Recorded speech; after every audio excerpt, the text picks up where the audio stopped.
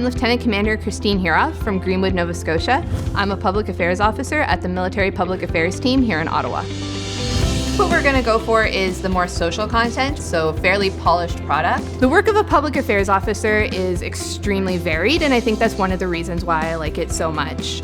Our core job is to tell the Canadian Armed Forces story to Canadians, but there are so many different ways that we do that.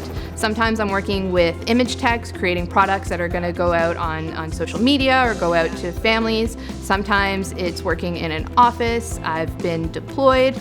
You have special events, working for a commander, working as part of a team. There's just so many different ways that we do public affairs in this institution, and it definitely has kept me interested and kept me motivated.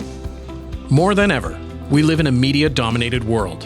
In addition to mainstream media, the explosion of social media tools, technologies, their potential, and their reach makes telling the Canadian Armed Forces story that much more challenging in a complex information environment.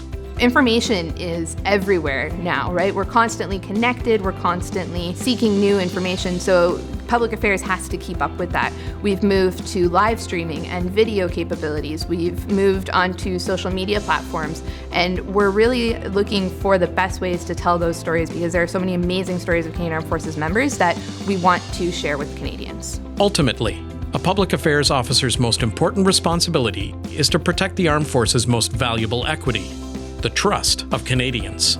Credibility and truth are the keystones of what we do as a public affairs officer, whether that's interacting with our commanders, preparing them to brief media or speak to the public, or if we're speaking directly to the public or through media ourselves.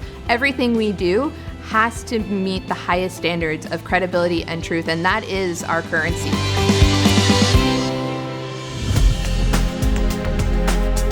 We get this front row seat to so many special events and deployments that as a public affairs officer, that's just amazing.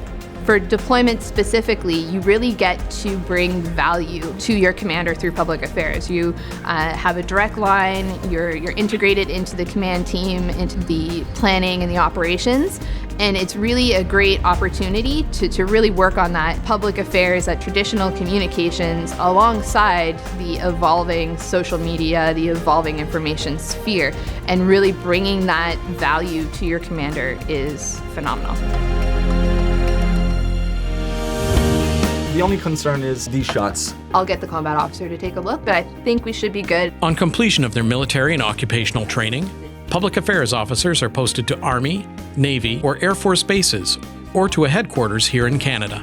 Your first posting as a public affairs officer, we like to say it's when you get to break in your badge. Some public affairs officers will get to go be a one-of public affairs officer on a base or at a small formation where it really is you and your command team and you are running the public affairs show. It's absolutely the best feeling in the world when a plan that you started comes to fruition and is completed and went well. So you really get to hold all of the reins and learn a lot during that time. You may also be posted to a public affairs shop where you'll be one of 2 or 3 junior officers working for a senior public affairs officer at a higher level command. Again, this is a great opportunity where you get to learn so much, you get mentorship from the other officers, and you work at a higher command level. If you like being autonomous and at the center of the action all the time, then being a public affairs officer might be just the challenge you're looking for.